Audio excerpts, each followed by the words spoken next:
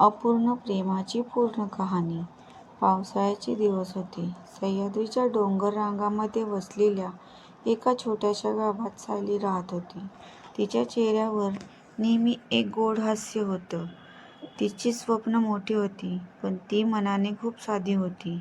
गावातील शाळेत ती शिक्षिका होती. मुलांना शिकवणं, कविता लिहिणं आणि पावसात भिजत गरम चहा पिणं या तिच्या आवडीच्या गोष्टी होत्या. त्याच गावात काही महिन्यापूर्वी आदित्य आला होता. तो शहरातून आलेला एक तरुण अभियंता होता.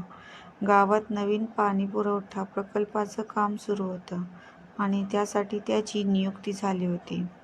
आदित्य स्वभावाने शांत, समंजस आणि खूप प्रेमळ होता. त्याला फोटोग्राफीची खूप आवड होती. सह्याद्रीचे डोंगर, धुक्याने भरलेल्या सकाळी आणि गावातील साधी माणसं त्याच्या कॅमेऱ्यात कायमची बंदिस्त व्हायची. एका पावसाळी सकाळ बस स्थानकाजवळ सायली तिची छत्री विसरली होती. अचानक पाऊस सुरू झाला.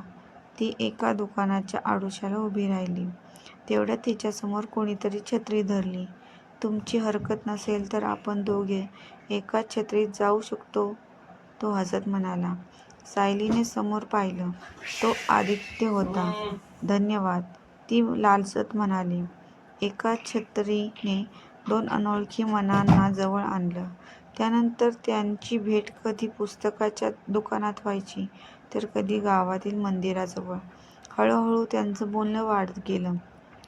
एक दिवस आदित्यने तिला विचारलं, "सायली, तुला पाऊस एवढा का आवडतो?" ती हसली आणि म्हणाली, "कारण पाऊस माणसाला खरं जगायला शिकवतो. तो श्रीमंत गरीब असा भेद करत नाही. तो सगळ्यांना सारखाच भिजवतो." आदित्य तिचा उत्तरात हरवून गेला. त्या दिवसापासून त्याला पावसापेक्षा सायली जास्त आवडायला लागली. दोघे मिळून गावातील मुलांसाठी वाचनालय सुरू करायचा विचार करू लागले. प्रत्येक रविवारी ते मुलांना गोष्टी सांगायचे.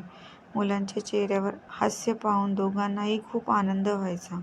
काळ पुढे सरत होता आणि त्यांच्या नात्यालाही प्रेमाचं सुंदर नाव मिळालं होतं. पण त्यांनी एकमेकांना अजून तसं काही सांगितलं नव्हतं. प्रेम शब्दापेक्षा त्यांच्या नजरेत जास्त दिसत होतं. एक संध्याकाळी सूर्यास्त पाहत ते दोघे डोंगरावर बसले होते.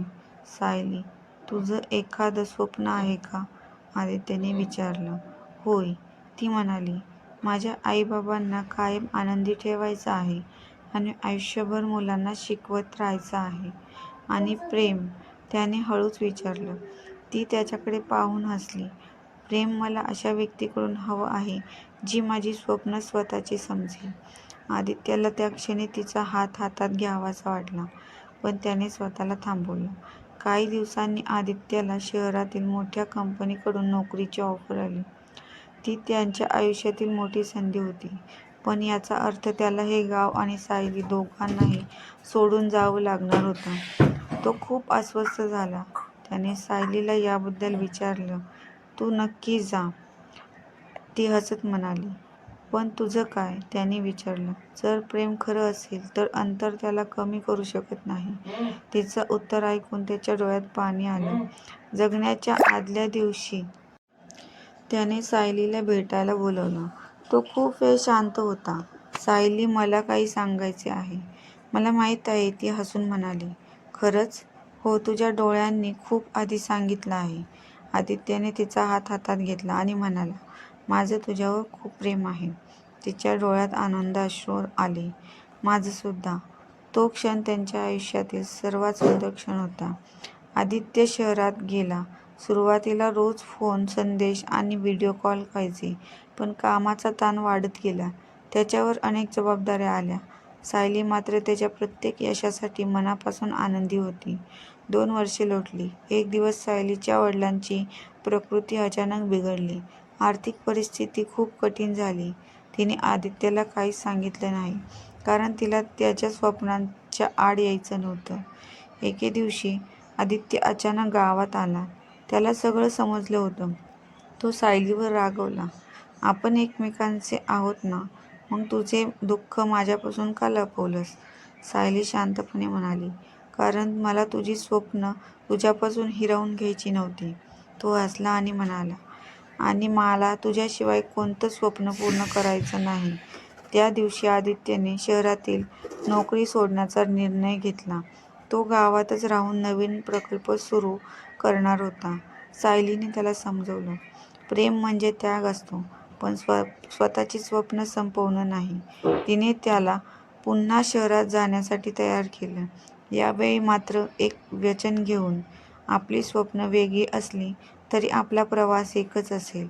काही महिन्यांनी आदित्यने आपल्या आईवडिलांसह सायलीच्या घरी जाऊन लग्नाची मागणी घातली. दोन्ही कुटुंबाच्या आशीर्वादाने त्यांचं लग्न ठरलं.